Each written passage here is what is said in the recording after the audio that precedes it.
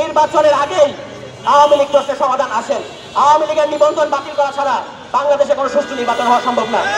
আমি আমার বক্তব্য শেষ করছি।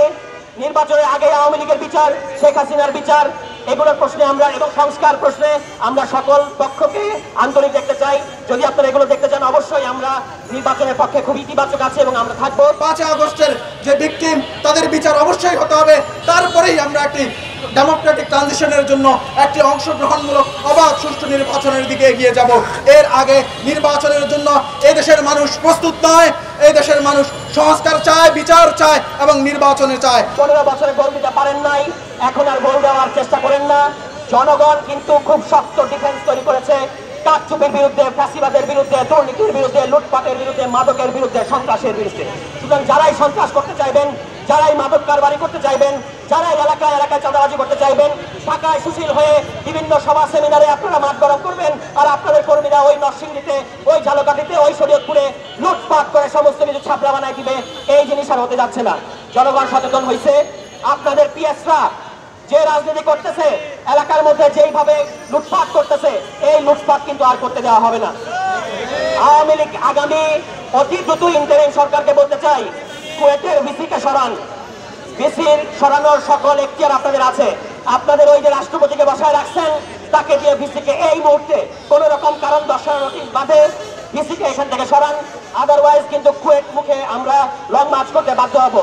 এবং 2 নম্বর কথা হচ্ছে যে এই যে আওয়ামী লীগকে যারা আমাদেরকে আইন কানুন দেখাইতেছেন যে আওয়ামী লীগ নিষিদ্ধ করার আইন নাই, আইন মন্ত্রী সহ সরকারের সংশ্লিষ্ট সকল অধিদপ্তরকে আমরা বলতে চাই, নির্বাচনের আগেই আওয়ামী লীগ প্রশ্নের সমাধান আসেন।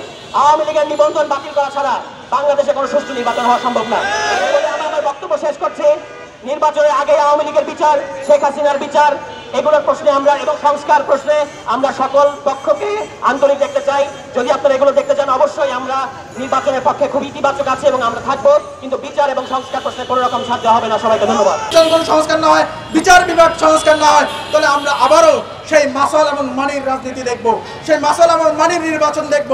সেই নির্বাচনে যে সাধারণ মানুষের অভিমত এবং সাধারণ মানুষের ইচ্ছা আকাঙ্ক্ষা এবং 5 আগস্টের শহীদদের ইচ্ছা আকাঙ্ক্ষার প্রতিফলন ঘটবে না। তাই আমরা বলি সংস্কার অবশ্যই হতে হবে। 5 আগস্টের যে ভিকটিম তাদের বিচার অবশ্যই হতে হবে। তারপরেই আমরা একটি ডেমোক্রেটিক ট্রানজিশনের জন্য একটি অংশগ্রহণমূলক অবাধ সুষ্ঠু নির্বাচনের দিকে এগিয়ে যাব। এর আগে নির্বাচনের জন্য এই দেশের মানুষ প্রস্তুত নয়। এই দেশের মানুষ সংস্কার চায়, বিচার চায় এবং নির্বাচনে চায়। সুতরাং সংস্কার, নির্বাচন, বিচারকে সামনাসামনি না দাঁড়াতে, মুখোমুখি না করে, বরং একটি অপরটির পরে আসবে, সেই জায়গায় রাজনৈতিক দলগুলোকে আন্তরিক হওয়ার জন্য অনুরোধ করছি। আমরা মনে করি গণপরিষদ নির্বাচনের মাধ্যমে আমরা একটি নতুন সংবিধান তৈরি করব। জাতীয় নাগরিক পার্টি বলেছিল 1 দফার ঘোষণার দিন যে এটি একটি ফ্যাসিবাদী বিলোপের জন্য 1 দফা। আমরা আমাদের দলের যেদিন আনুষ্ঠানিক ঘোষণা হয়েছিল সেদিন আমরা বলেছি আমরা সেকেন্ড রিপাবলিক চাই। সেকেন্ড রিপাবলিক মানে হচ্ছে নতুন সংবিধান।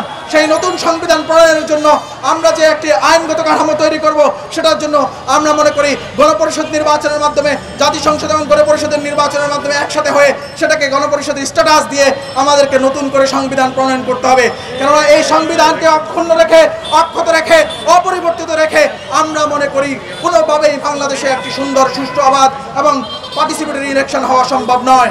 সুতরাং আমরা আজকের এই বিক্ষোভ সমাবেশ থেকে বলতে চাই, জাতীয় নাগরিক পার্টি সংস্কার, বিচার এবং একই সাথে একটি অবাধ, সুষ্ঠু এবং অংশগ্রহণমূলক নির্বাচনের জন্য মাঠে আছে, মাঠে থাকবে এবং মাঠে প্রান্তরে প্রত্যেক জনমতের মানুষকে একত্রিত করে আগামী দিনে সংগ্রাম গড়ে তুলবে, যেন কোনোভাবেই এই বিপ্লব, এই অভ্যুত্থান ব্যাহত না হয়, চিন্তাই না হয়।